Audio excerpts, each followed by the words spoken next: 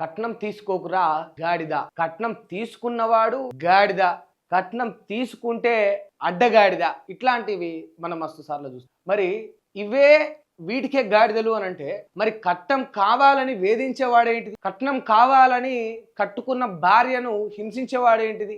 చావంచుల వరకు వారిని తీసుకెళ్లేవాడు. సరిగ్గా వార్త చూడండి. అదనపు కట్నం వేధింపులతో యువతి ఆత్మహత్య. హైదరాబాద్ లోని మియాపూర్లో ఘటన. పెళ్లి జరిగిన 2 నెలలు కూడా గడవక ముందే అదనపు కట్నం వేధింపులు తట్టుకోలేక ఓ యువతి ఆత్మహత్య చేసుకుంది. అమ్మాయిని చూడు, ఎంత మంచిగా, ఎంత లక్షణంగా, ఎంత బుద్ధిగా ఉన్నది. ప్రేమిస్తే, ఇష్టపడితేరి, పెళ్లి చేసుకుంటేరి, పెద్దలను ఒప్పిస్తేరి, ఉద్యోగం చేయబడితే, ఇంత జీతం రాబట్టి అంటే ఈ కట్నాల మీద ఒక స్ట్రిక్ట్ రూల్ అనేది రావాలి. ఎందుకంటే ఇప్పుడు సరే బిడ్డ బాగుండాలనో, బిడ్డకి ఇంత ఆస్తి పోవాలనో, బిడ్డకు తల్లిదండ్రుల తరపున ఇంత సాయం ఉండాలనే విధంగా ఆ తల్లిదండ్రులు ఇష్టానుసారంగా వాళ్ళు ఇష్టపూర్వకంగా వాళ్ళు ఎంతైనా ఇచ్చుకోరు. అదొక పద్ధతి కూడా. తీసుకురావాలి, కట్నం ఇంతే కావాలి, ఇంతవరకు ఇవ్వాలని అడిగే హక్కు ఈ ప్రపంచంలో ఎవరికి కూడా లేదు. సరే కట్నం అడగడమే ఒక దారుణం అంటే కట్నం కావాలని చెప్పి వేధించడం ఇంకెంత దారుణం? కట్నం కోసం చంపేయడం ఇంకెంత దారుణం?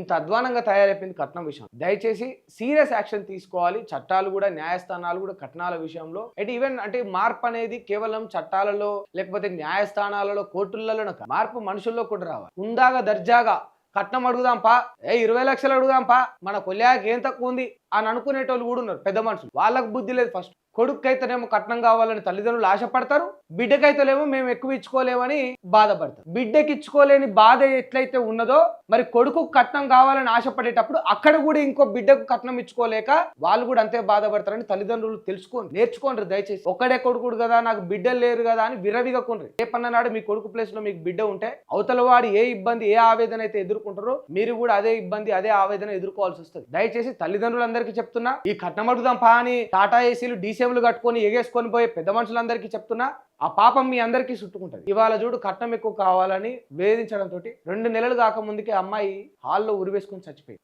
ఇంతకంటే దారుణం, ఇంతకంటే అధ్వానం ఏముంటది చెప్పు? ఐ కైండ్లీ రిక్వెస్ట్ గ్రామ పెద్దలకు, ఊర్లో మనుషులకు, కులం వాళ్ళకు, పాలోళ్లకు, మీ కొడుకులను బంగారు కొడుకులుగా కని పెంచిన తల్లిదండ్రులందరికీ కూడా చెప్పు, కట్నం అడిగే హక్కు మనకు లేదు. ఇష్టానుసారంగా వాళ్ళ బిడ్డ బాగుండాలని ఆ తల్లిదండ్రులు ఏమైనా ఇచ్చుకుంటే ఇచ్చుకొని, లేకపోతే ఊరుకోండి. ఘనంగా పెళ్లి చేసుకోండి, మంచిగా బతుకుండ్రి.